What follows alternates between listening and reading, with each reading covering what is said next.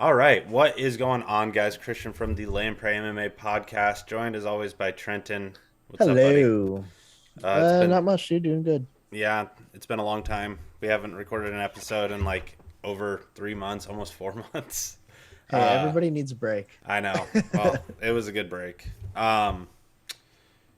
If you're listening to us in any podcast platform, specifically Anchor or Spotify, thank you.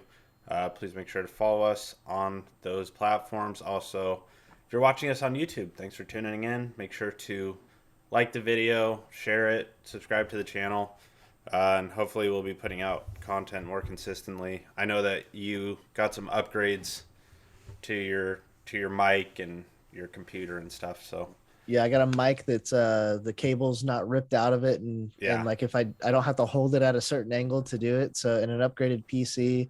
So I'm back in the game. Yeah. I- I'm ready to stay consistent. Yeah, me too. As long as the Um, kids are healthy and everything, I'm good to go. yeah, for sure. Obviously after the break that we took, we there's been a lot of stuff. December was pretty quiet in terms of UFC overall. It was relatively quiet. Uh, Obviously the last pay-per-view that we had was the Francis Ngannou and Cyril Gane fight, which really wasn't, you know, incredibly entertaining as I thought it was going to be. The Figueiredo and Moreno 3 fight happened, and that was a super razor thing close decision.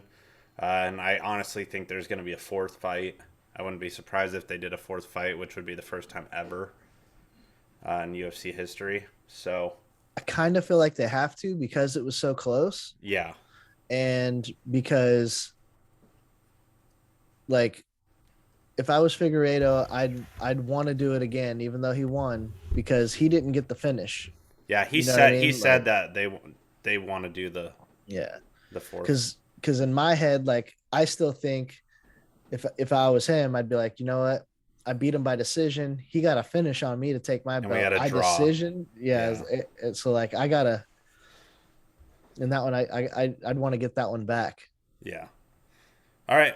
Um, Obviously, what we're going to be talking about is the upcoming pay per view between, well, headlined between Israel Adesanya and Robert Whittaker, their second fight, and just kicking things off. I guess the biggest thing, was there anything of importance or significance that you wanted to talk about before we got into making our picks for the fight card? Um, Not really. Um, like I said, during my break, I mostly just been watching like the UFC. I haven't really been keeping up with a lot of the news and stuff that's been going on, so I'm not really well informed with a lot of the drama in the MMA scene. Um, the only thing that I saw recently was that Robert or not Robert Whitaker, but Adesanya's manager said that he just re-signed a new contract with the UFC, and it's like one of the most lucrative Yep. contracts in the game. So I think he's the second highest paid combat martial artist, probably behind Connor is my guess.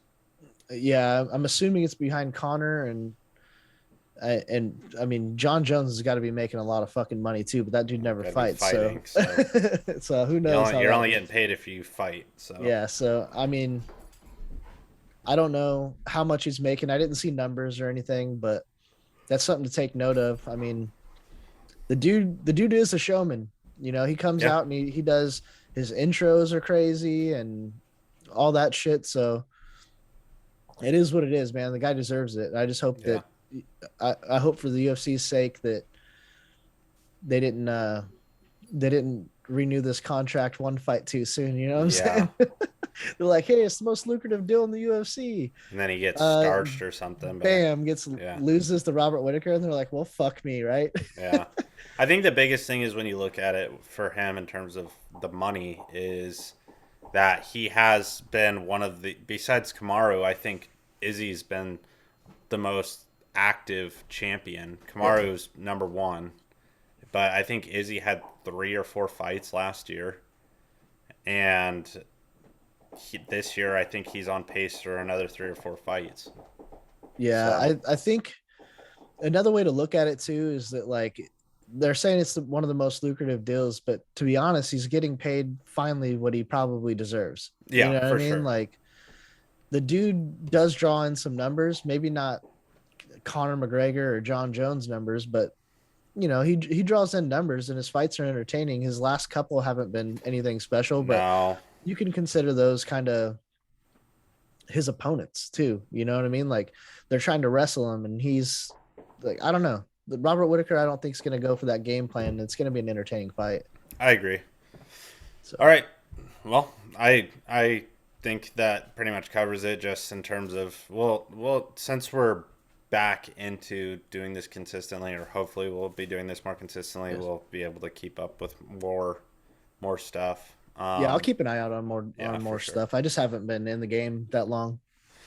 All right. So, we're just going to kick off. The one fight that you and I had discussed was one that we thought could probably be on, well, it should be on the preliminary card, not the early prelims, and it could possibly even be on the main card, is the Alexander Hernandez versus Renato Moicano fight Mm-hmm. at lightweight.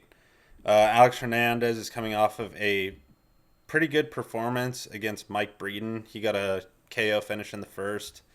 And before that, he had some rough losses. Lost to Cowboy, lost to Drew Dober.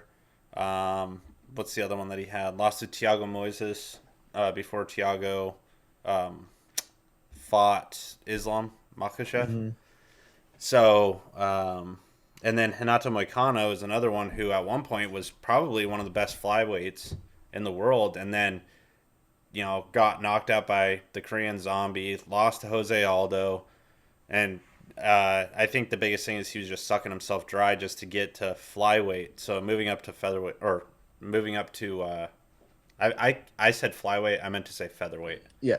Um, Moving up to lightweight from featherweight, I think has benefited him just because he doesn't have to worry about sucking himself dry essentially. Yeah, he is coming off of a submission win, so he's back to his submission ways. But before that, he did lose to Rafael Fiziev, which that guy's a stud. So, Yeah. and he's going to be headlining. I think the next UFC Fight Night card is him and Rafael dos Anjos. Yeah, it's a good fight too. That is a good fight. I guess what's your take on Alex Hernandez and Renato Moicano? Honestly, I think, like you said, I think this should have been on the prelims, or like maybe the second fight from the headliner of the prelims. Yeah, I don't understand how this fight is on the early prelims, to be honest. But I think these guys are both good, man. I think when Hernandez fought Cowboy, it was a little too early in his UFC career. yeah, and he talked a lot of shit. Yeah, and I just don't think that like really benefited him. You know what I mean? Like I think he's had more experience now, and I mean, Drew Dober is not a slouch either. That dude, when when he shows up, that dude's dangerous as fuck. So, Yeah, um, I think he can. If we're gonna do a prediction on it, I think he's gonna win this fight. Alex Hernandez. Yeah, So I I think he's agree. the underdog, but I think he's gonna actually. I think he's finding his stride in the UFC, and I think he's gonna. I think he's gonna pull this one out. I think the biggest thing that he needs to worry about is, honestly, Hinato Moicano is he's got slick submissions, Yeah. so he needs to be careful not to get caught with something like a Darce.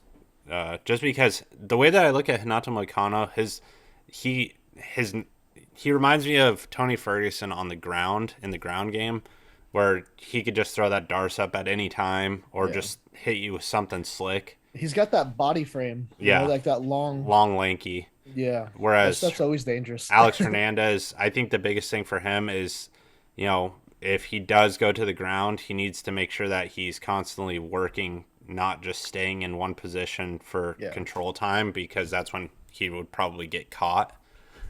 Um, but he's Alex Hernandez. I'm gonna go with him in this fight. I think that right now Hinato Moicano is pretty punch drunk from he's been in most of his losses. He's gotten knocked out. Yeah. I know it's pretty similar for Hernandez as well. He's suffered some pretty devastating losses thus far, but I just think he's quicker. I think he's the better striker overall. But again, he does have to be careful of it going to the ground and him not staying in one position, because that's where he's going to get caught and he's going to be in trouble.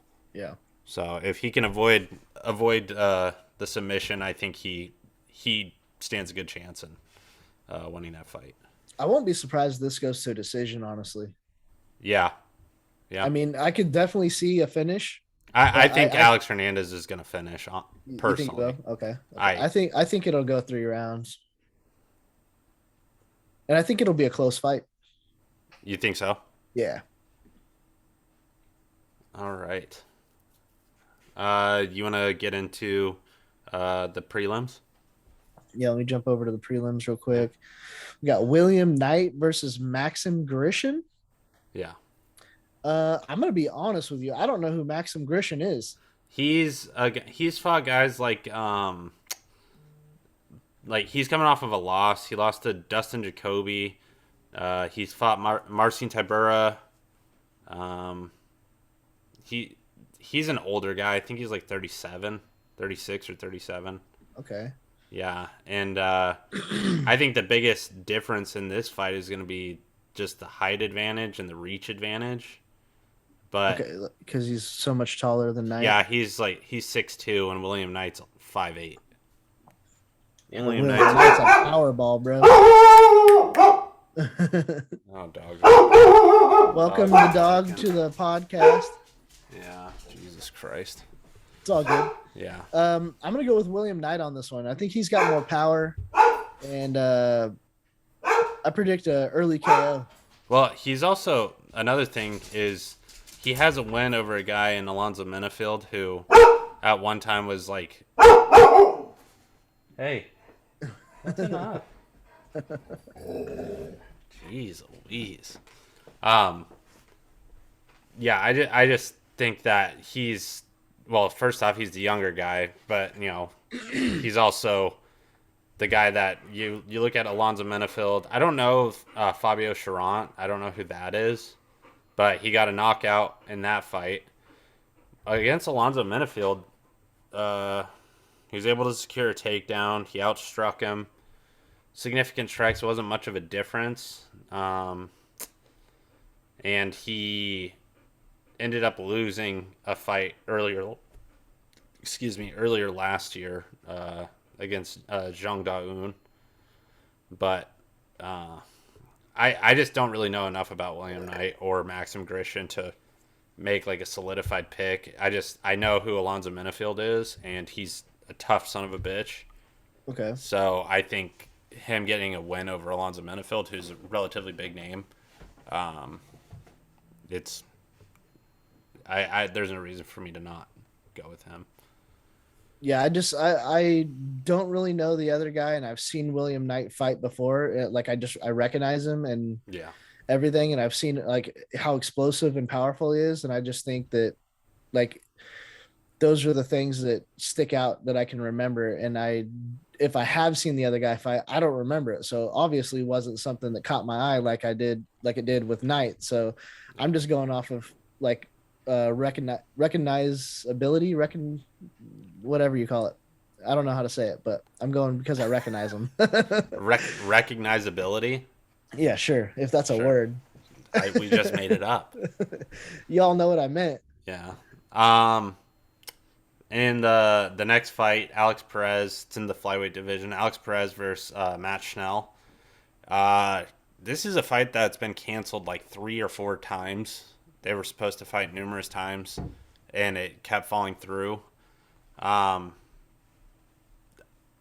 this one, because Matt Schnell is he's a beast. He's a stud. But the dude hasn't even gotten a win in like 3 years. It's been a long time. He had a draw, or there was like a no contest. It was the decision that was overturned. Probably my guess is probably because of either tainted supplements or pissing hot for weed or something. And then Alex Perez is a stud in and of itself, and he's got some pretty big fights. Matt Schnell, he fought Alexander Pantoja and lost. Alex Perez fought Figgy and lost. And I think that was a couple years ago, so there's no telling how different both of these guys' games are. Alex Perez is pretty young, isn't he? Who's that? Perez is fairly young, isn't Yeah, he? he's my age, 29. Okay. Yeah. This is another one of those fights where reach, I think, could be a big, like, it could be a huge factor because Schnell has, like, almost a 5-inch reach advantage. In this one, I'm going to go with Alex Perez just because I can't even say he's really been more active because he was supposed to fight Askar Askarov last year. That fight got canceled. His fight with Matt Schnell got canceled multiple times. But he's got a submission win over Jordan Espinoza. He's got a knockout over Husier Formiga, which was in 2020. But still, that's another big name. He's been in there with Joseph Benavidez, lost, but still has been in there, which is a pretty big fight. And that was when Joseph Benavidez was, still at the top in the flyweight division. So I'm gonna go with Alex Perez. I think Alex Perez is gonna pull this one off. I'm not gonna say specifically by anything whether it's gonna be a finish or not, but I just have more confidence in Alex Perez than I do with Matt Schnell. I mean, this isn't going to be for the most entertaining show ever because I'm also going with Alex Perez, and we've gotten all our picks the same so far. I know. But this is the first favorite I'm going with because I actually think Alex Perez is underrated, and I think he's pretty damn good, and I think he should pull off this W here. Okay. This is going to be this next one. It's so hard to go against Roxanne Matafari because this next fight is I think this is Roxanne's last fight as well. I think she's retiring after this. Okay. I think that could be rumored, but I think excuse you. I think I saw her post something or somebody posted something about her saying this, or it's the last fight on her deal. I don't remember, but she's 25-20. The girl's 39 years old. She's going up against a young up-and-comer. Casey O'Neill's 24. She's a stud. She's a finisher. This is probably Roxanne's toughest test to date besides Macy Barber when Macy Barber was first coming in, and she ended up, that was like a pretty big upset. But Macy Barber did injured. Tore up her knee. Something fierce in that fight.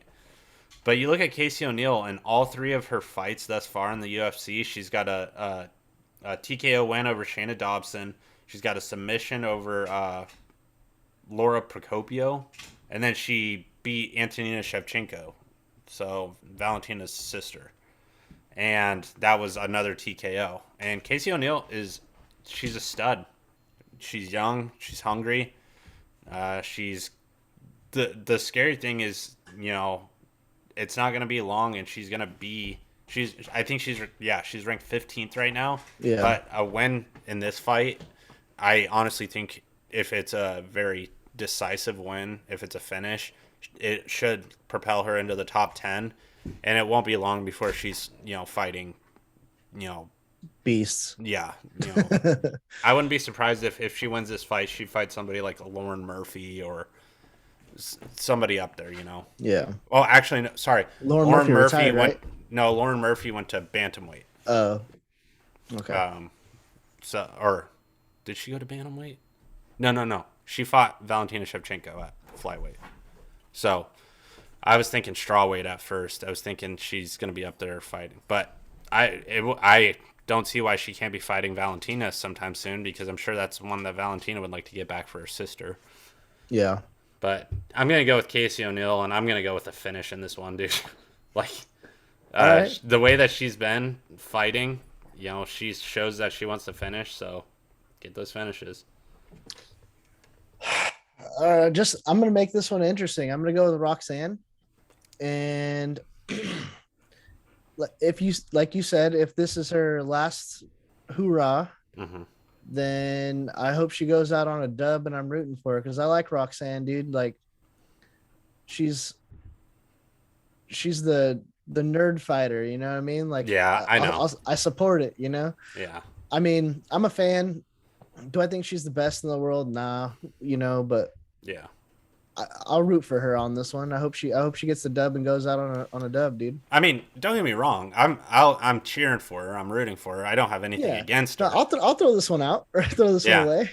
yeah. I mean, Oh yeah. I know what I'm doing here, but We're restarting our counter. yeah, So we got to we pay gotta attention to our we gotta picks. make some things interesting. I mean, she's a huge underdog, so Yeah. Um.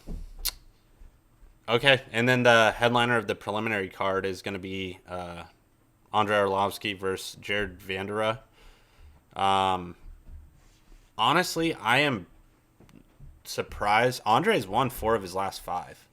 yeah, I know, dude. It's Dude, so his only crazy. loss recently was against Tom Aspinall, who's arguably the top prospect in the heavyweight division. That dude's Young, probably gonna be champ in like within the I next th- 2 or 3 years. I think he could be champ if he fought right now, Mm, but I don't think he could beat Francis. I would not be fucking shocked, dude. Seeing that fight with Gon, Mm. I wouldn't. It wouldn't surprise me. Yeah, but we saw what I mean. All Tom has to do is wrestle fuck him, and he'd win because Cyril can't defend a takedown.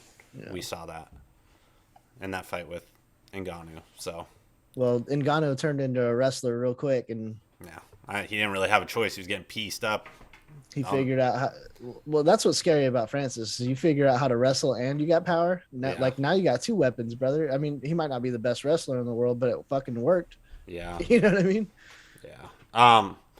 I think I'm gonna go with Andrei Arlovsky in this fight just because he's like the ageless wonder, dude. Um, Vandera's coming off of losses against Sergey Spivak. He won a decision over Justin Tafa, and I mean, it was a pretty dominant fight, but Justin Tafa, this guy is in the UFC. He's 5-3. Like, I would think in the heavyweight division, you should be finishing that fight. And then he's coming off of a KO loss against Alexander Romanov, and Alexander Romanov is a stud. So it's, and the guy's a takedown monster. But still, Andre's got the hot hand right now, and it's his first fight of the year. I'm assuming he wants to, try and uh, make a statement to kick off 2022. And who knows, maybe Andre, if he could put together a couple more big wins, he can be right back in that title picture and do kind of like what Alistair Overeem did, where he was trying to make a push at the end of his UFC run, but we'll see. So I'm gonna go Andre. I'm gonna go Andre by decision. It's probably not gonna be pretty, but All that's right. what I'm gonna go with. I'm gonna go with Andre as well. For all the reasons you basically said, I think he thinks that this is his last shot to go for the title, and I think this is a terrible, terrible idea for him. But if he wins this, he's on a 5-fight win streak. You can't really deny. Like they'll have to throw him against somebody like Derrick Lewis or something like that, Yeah, or Gone or something next to make him a title contender. Because after a 5-win streak in the heavyweight division, I mean, you don't have much. You don't have anywhere else to go, really. You know what I mean? Like, yeah. so we'll see what happens. I mean, I hope the best for Andre, but I really don't want to see him fight any of those top guys, I man. mean, I Like, really don't either, but at the same time, in the heavyweight division, that's the thing that's constantly like guys can fight in their 40s in the heavyweight division. yeah, Look at Randy Couture. The guy won a title when he was like 43 or 44, yeah, and he did it based on wrestling and takedowns and then solid position and not taking those big shots. And the guy was literally he was a bona fide light heavyweight that went up to heavyweight. So if Andre can do it right and not take punishment like he did in so many other fights against Stipe, against Francis, against you name it.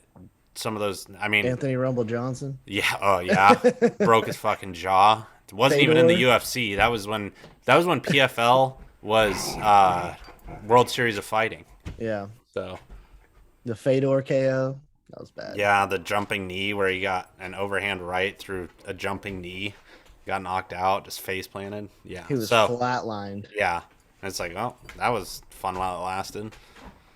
He's another guy that reminds me a lot of of Alistair Overeem, man. Like just fighting after some devastating KOs and stuff, Yeah. and they come back and they're like, dude, how the fuck are they still doing it? Like it doesn't make sense. Yeah. But he's still around, man. This guy's been in the UFC longer than almost anybody.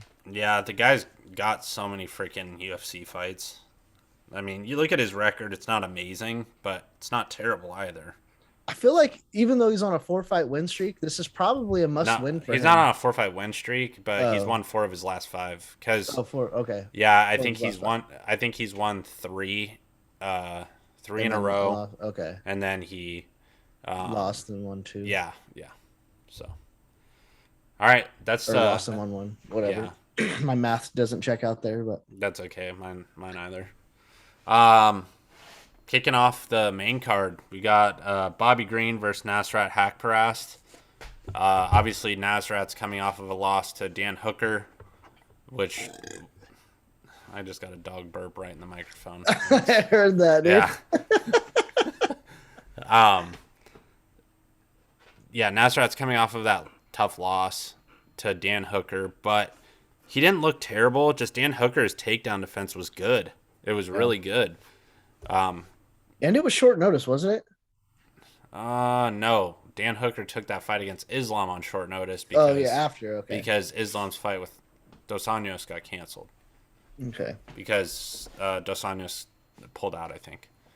And then Bobby Green has looked phenomenal his last few fights. I mean, he beat Ali Quinta, dropped him in the first and finished him in the first. And that led to Al being like, okay, I'm done with this shit. I'm not doing it anymore. And that fight against Rafael Fiziev, I picked Fiziev to win that fight.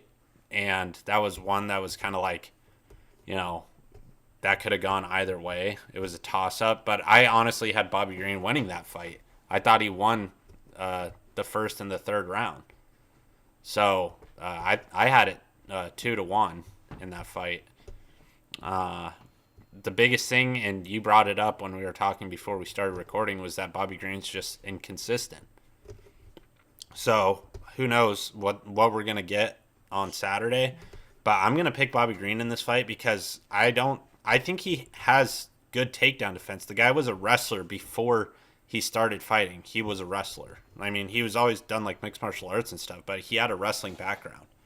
So that's something that people need to take into account if they're sleeping on Bobby Green, because it's not like Dan Hooker's the greatest takedown defender, and he made it look relatively easy against Haqparast. So I'm going to go with Bobby Green. I'm gonna go with Bobby Green as well. I think his striking's just better, and like his speed is there too. I think he's better in all those categories. Now, grappling in itself, I think Nasrat might have the advantage. I'm not exactly sure. I think he does have the advantage, but I don't think Bobby Green's a slouch either. Yeah, I just don't know that it's going to go there because I think Bobby's going to look for this to be a striking match and try to put him away. And I think he's going to be able to do that. I think he's going to be able to keep it standing and keep his distance and like implement his game plan, and I think that's what's going to make him win this fight. Yeah. All right. Next up in the bantamweight division, Kyler Phillips versus Marcelo Rojo or Rojo. I'll be 100% honest. I don't know enough about Marcelo Rojo to really. It's not me slouching on the guy but the fact that you got 2 named guys in Alexander Hernandez and Renato Moicano on the early prelims, and Kyler Phillips and Marcelo Rojo are on the main card. It's kind of like, eh. Obviously, it's not like I think we're above, casual fans because we watch it consistently, and most of the time our picks are pretty spot on. Yeah. But I think Kyler Phillips should walk through this guy. He's coming off of a Kyler Phillips is coming off of a controversial decision loss against Paiva, who just got absolutely starched by Sean O'Malley. And then before that, he beat, was it Song Yadong? Yeah, and that's a pretty impressive win because Song Yadong is a stud. Mm-hmm. So I'm going to go with Kyler Phillips in this fight strictly because I don't know enough about Marcelo Rojo to. But Kyler Phillips, if he can, push the pace and not, blow his wad so quick like he did in that fight with Paiva, that was the biggest thing. Is I think he just got tired. Both guys were just so tired. But Kyler Phillips had him in some pretty dangerous spots, and he could have finished if he would have just been efficient with his energy and not, like I said, blowing his wad. So the only reason why I giggled a little when you said you didn't know much about Marcelo Rojo to pick him is because I was going to say the exact same thing. Yeah. Kyler Phillips, I've seen him fight. I've seen multiple fights from him, and he's an entertaining guy. And I know he fights hard, so I'm going to go with Kyler. He is a big favorite here. But like you said, I don't know much about Marcelo Rojo, so I mean, like I said about the fights before, like if I have seen him fight, he didn't make me remember him. Yeah. You know what I mean? So Kyler made me remember him. Yeah. I got Kyler on this one. For sure. And then this is where things start to get interesting. In the next fight in the middleweight division, we got, two guys that are right there in the top for the middleweight division with Jarrod Cannoneer and Derrick Brunson. Obviously, Jarrod Cannoneer he was a heavyweight, dropped to light heavyweight, dropped to middleweight. Guy's got a finish over Anderson Silva on a leg kick. He's obviously came off of a pretty tough loss. He also beat Kelvin Gastelum. That was another fight that he had that was pretty good. That was a crazy one. Yeah, he had the loss to Robert Whittaker where he broke his forearm, I think, blocking a kick. And so he was sidelined for a little bit. But yeah, I think his last fight he beat Kelvin Gastelum. Both guys, last year he beat Kelvin in August. So both guys are up there in age, 37 and 38. But Derrick Brunson, since he fucking dyed his hair blonde, has been on an absolute roll. He's got the opposite of Melvin Gillard effect. Yeah, seriously. Bleach that shit and he's better. Yeah, seriously. And Melvin Gillard does it and is getting knocked out by everybody. Derrick Brunson's coming off of a submission win against Darren Till, which obviously I never saw that coming. It wasn't because I was undermining, his ground game because he's really good with the takedown. He's a really solid wrestler. But I just thought he did that too much. Like, he just constantly shoots for takedowns. He's not trying to set stuff up. Like, when he fought Izzy was picking him apart because all he was trying to do was just take him down, and Izzy knew it. Izzy was like, okay, all I have to do is try to defend takedowns, and I'll be okay. Obviously, he had that win on short notice against Kevin Holland. He beat Edmund Shabazian. Beat Ian Heinisch, beat Elias Theodorou. That's a name I haven't heard of in a long time. Yeah. I mean, the guy hasn't lost since he fought Izzy. So this is going to be a tough test for Jarrod. But I think Jarrod is a guy who has good enough takedown defense. The guy fought heavyweights, for Christ's sakes. He's got the power. I just think that right now Jarrod Cannoneer is the more dangerous guy. If he can stop the takedown, that's going to be the biggest deciding factor in this fight. Is if Derrick Brunson just gets takedown after takedown, he's screwed because Derrick Brunson will, he'll ride him out for 3 rounds, take him down, ride him out, and it's going to be boring. But if it's a stand-up fight, Jarrod Cannoneer is probably going to KO or TKO him. So I'm going to go with Jarrod. I'm gonna go with Jarrod as well, and it's I think he's fought the tougher opponents recently. Yeah. I mean, don't get me wrong, I love Darren Till and think he's legit, but like, and Darren Till almost knocked out Brunson right before he got submitted. So Yeah. I mean, I don't know. Every time Derrick gets into these big profile fights, he gets kind of like, Starstruck. yeah, he kind of chokes a little. Yeah. And I think this, if he wins this fight, he's probably next in line against Otasanya again. So God, I don't want to see that. I don't either, really. So I'm not only hoping Jarrod wins this, but I think he's going to win it. It is a 3-round fight, which concerns me because Derek Brunson's wrestling is good, and I think he does have enough cardio to last the 3 rounds as well. But I just think Jarrod has the hands. He's Darren Till Odie rocked Brunson semi recently. I think Jarrod's going to be able to finish that. Yeah. That's who I'm going with on this one. The biggest thing is Darren Till he's a striker. He doesn't have good ground game. Yeah. And it showed in his fight against Tyron Woodley where he got clipped and then got submitted. And it's, the guys, I love Darren Till and I hope he can get back into the swing of things. He just has to find his groove and I honestly wish he would change camps and like. I wish he would come to the States instead of being in England. Yeah. Yeah. Legit gym, and I think that guy would be champ someday. But I agree. All right, Derrick Lewis and Tai Tuivasa. This is a fight that this is the one thing that I'm gonna say is it's almost like that Francis Ngannou versus Derrick Lewis where it's like almost too good to be true because both guys are fucking bangers and they just throw. And this is I picked Black Beast in his last fight against Cyril Gahn because I thought he was going to show up in his hometown, and the moment was too big for him, and he got outclassed the entire fight by Cyril.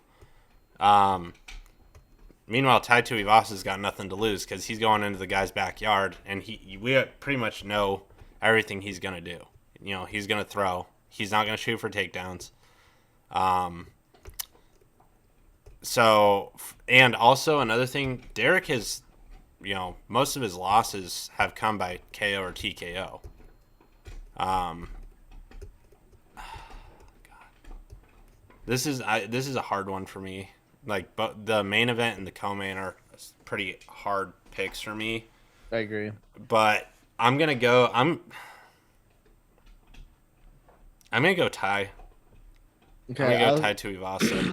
I was going to throw this out there before you made your pick that whoever you choose, I'll just go the opposite one on this one because I'll go Derrick Lewis on this one. I think, like you said, Tai Tuivasa really doesn't have much to lose. And I want to say that there's no way this fight's going to be boring because they're both bangers.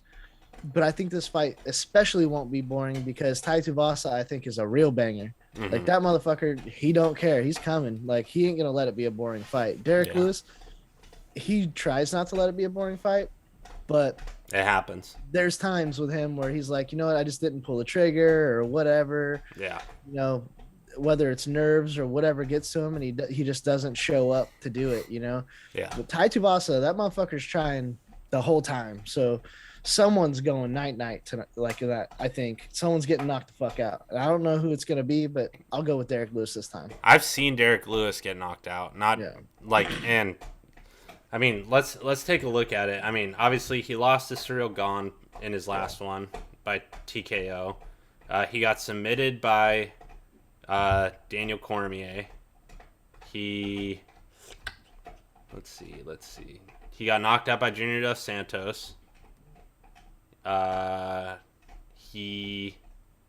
see. I don't even think that was. He got knocked out by Mark. Dude, he got knocked out by Mark Hunt. Well, I mean, fuck, who didn't? You know what I mean? Got knocked out by Sean Jordan. I don't even remember Sean Jordan. That's how long ago. It was in 2015. I remember him. 7 years ago. I remember him, Dude but had thick ass legs. Yeah. He's a big ass white boy. That's all I remember. He got some thick ass legs. I really think the biggest thing is that they're fighting in Houston again. And even if it's not for a title, it's still the fact that he's fighting in Houston. And I think that That it's pressure not, gets to yeah, him. I think it gets to him. So I'm going to go tie in that one. It's a lot of pressure, and Derek Lewis doesn't really do good under pressure like that, So Yeah. it's questionable. All right. Main event, baby. Main event. I'll let you kick it off. Who do you got? Why? We got Israel Adesanya versus Robert Whittaker for the middleweight title bout. um, this fight is interesting because it's already happened once before, and Israel Adesanya knocked out Robert Whittaker. Mm-hmm. TKO, not KO, whatever you want to call it. It might as well have been a KO. Yeah. I mean, I think this fight does play out differently. I think it's going to be a lot closer. If you rewatch that first fight, the strike that hit Robert Whittaker to rock him, he threw the exact same punch to Israel Adesanya. It just didn't land like Israel's did. It reminds me a lot of the fight with Carlos Condit and Rory McDonald, Dan Hardy. Oh, Dan Hardy, yeah, where they threw the exact same punch, but his landed flush and his just grazed them or missed, and that's what put him on his ass first. Yeah. If it wasn't for that fight or that strike, it might have played out 100% differently. And I think that this one's going to be a lot closer. And with that being said, I like Bobby Knuckles, bro. So do I. With that being said, I think Israel Adesanya realizes that his last couple fights have not been that entertaining. And he's the middleweight champ for a fucking reason. And I think he's got the motivation to make another statement. I would pick Israel Adesanya on this one. By decision or by finish? Because it makes it sound like you're talking by. It makes it sound like you're going finish. I mean, I think he's going to come out guns blazing in this one and try to starch him again. And I don't know, man. I got two visions of this. I think Israel Adesanya either comes out and tries to starch him and just ends it with a quickness again. But this time it's not like I wouldn't say lucky punch, but like a lucky scenario that starts it. I think he just could outclass him. Or I think Robert Whittaker makes this a fucking dogfight and legit like a 5-round war, Mm-hmm. Those are like the two ways I see this playing out. But I just think Israel Adesanya is going to win. I'm going to go with like a second round. Jesus Christ. Knockout. Again? Was it second round last time? It was in the second round last time because he dropped him in the end of the first. Okay, well then I'll say a first round knockout then. Okay. I'm going to go Bobby Knuckles. All right. I'm going to go Bobby Knuckles. I think it's going to be a 5-round decision. I think the biggest thing is that we already know what Izzy is going to do. We already know what he's done in the past, since he beat Robert Whittaker. I mean, he had a boring ass fight against Yoel Romero where he essentially just pieced him up from the outside with leg kicks. That was the extent of what he did was, leg kicks. He did the same thing to Jan Blachowicz but lost. Got taken down and rode out for multiple rounds.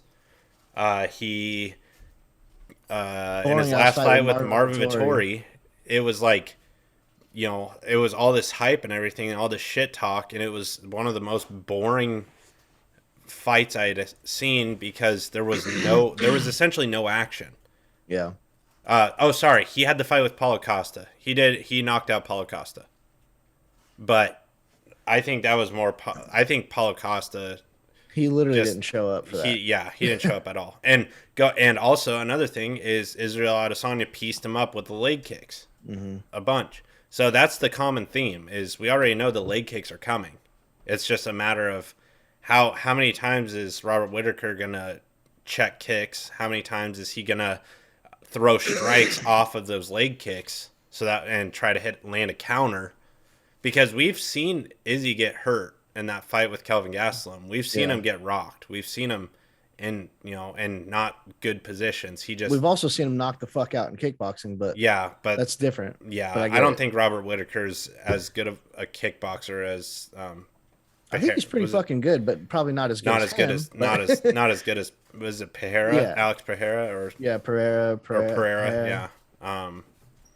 And So you got to think Robert Whittaker now has a blueprint because Jan Blachowicz beat him, and yeah, if he could just copy that and do what he did, yeah. now whether he can or can't, I don't know, but if he can, there's your blueprint on how to beat Izzy. You know, Well, and like now the reason why I think it's going to be a 5 round decision is because I think that if Robert Whittaker has shown that he can take people down. He took Yoel Romero yeah, down, and Yoel Romero is a fucking silver medalist in the Olympics. So we've seen, or I'm pretty sure he was a silver medalist in the Olympics. I think Um, he was something. I know he yeah, was in the Olympics, but I the don't know dude if was it a was fucking silver. beast for Yeah, Cuba, and he Robert Whittaker has just shown that he didn't bitch and complain and piss and moan about not getting an immediate rematch because he got knocked the fuck out. He took time. He came back. He got wins over Darren Till. He got a win over Jared Cannoneer. He got a win over Kelvin Gastelum too, I think. yeah. He worked his way back up and regained his Yeah, confidence because I think he did it the right way, the way he needed to do it. yeah. So I just think that I don't know. I don't think it's going to be a decision by any means, and I think that he's a lot more calm now than he was in that first fight with Izzy because you could tell that Izzy was like getting in his head and getting to him, and But Izzy even he said was the undefeated up and comer. You know, yeah, like and also Izzy even said today he was like I'm living rent free in his head, regardless of what he says or doesn't say. I'm living rent free in his head because I took his belt. I took the belt that he had, yeah. and I knocked him the fuck out. So, which obviously everything's all true. So, I wouldn't be surprised if he's living rent free in his head because that's Robert Whittaker's last loss. Yeah, but that also might not be what you want because a hungry, fucking motivated Robert Whittaker isn't somebody to fuck around Yeah. with. You know what I mean? So, So that's why I'm gonna go with Bobby Knuckles in this fight. okay. So No, I like it. yeah, I could see it happening too. I just think that I think Izzy I think he's like just with his new contract and everything like that, I think he knows that he's a star and needs to perform. You know what I yeah, mean? I think he's taking it more seriously because he did lose, and then his other fight with Marvin Vettori wasn't very exciting, and all this shit. And I think he wants to get back to his ways. He's already got a knockout over the guy, so in his head, he's thinking, like, I got this shit. yeah, I'm hoping that he's motivated and he knows that this guy is going to come for his shit. You know what I mean? Like, for sure. so, but I hope he's prepared in legit training and not looking past them and thinking he's just going to win this easy because that means he won't. You know what Yeah, I mean? Like he for could sure. if he does everything right, but if he Yeah. doesn't, he's going to get fucked up. So All right. So I like it. next I'm Saturday, confident. what's up? I said I like this. I'm confident with him. Yeah. Next week is obviously the UFC fight night. Rafael dos Anjos versus Rafael Fiziev. Also on the card, Johnny Walker versus Jamal Hill. That's gonna be a great fight. Mm-hmm. Julian Marquez versus Kyle Dawkins. It's another great fight. We get to see the return of Jim Miller. He's fighting on the main card, and then also Joaquin Buckley versus Abdul Razak Al Hassan, which is gonna be another fantastic fight. Is this a pay per view? Is this a fight No, night? this is a fight night card. Nice. So, yeah. So that's going to be a good one. And then the week after that is the Benil Dariush versus Islam Makhachev fight. So, That's going to be interesting. yeah. We're So gonna finally the we're gonna next finally see. a test. Yeah. Um. Yeah. So the next couple weeks we got some good fight cards. Uh, and I'm stoked. I'm super pumped for Saturday. Yeah, it feels good to be back, man. I agree. I did miss it. I'm just Yeah, me glad too. that everything's working out, and we'll try to be more consistent and Don't see how it fucking goes. jinx it. Well, I'm trying not to. I know. All right, buddy. Well, I think that's gonna do it for our episode. It was just a quick, about an hour long episode. If Jeffrey were here, it'd probably go a little bit longer, but hopefully he'll be able to join us later on. As always, guys, thank you for tuning in. Again, follow us on our podcast platforms. Download our episodes. We've got 20-something episodes out right now. And then if you're watching us on YouTube, check us out. Like our videos. Subscribe to the channel. Hit that notification bell so you can see when we upload more episodes. And I think probably on Sunday or Monday, depending on if we have time, we'll just do our reaction to UFC 271. So that's going to do it for me. All right. Thank you, guys. I appreciate it. I'll catch you later. All right. Talk to you later, buddy. Bye. Bye. All right, dude. All right, man.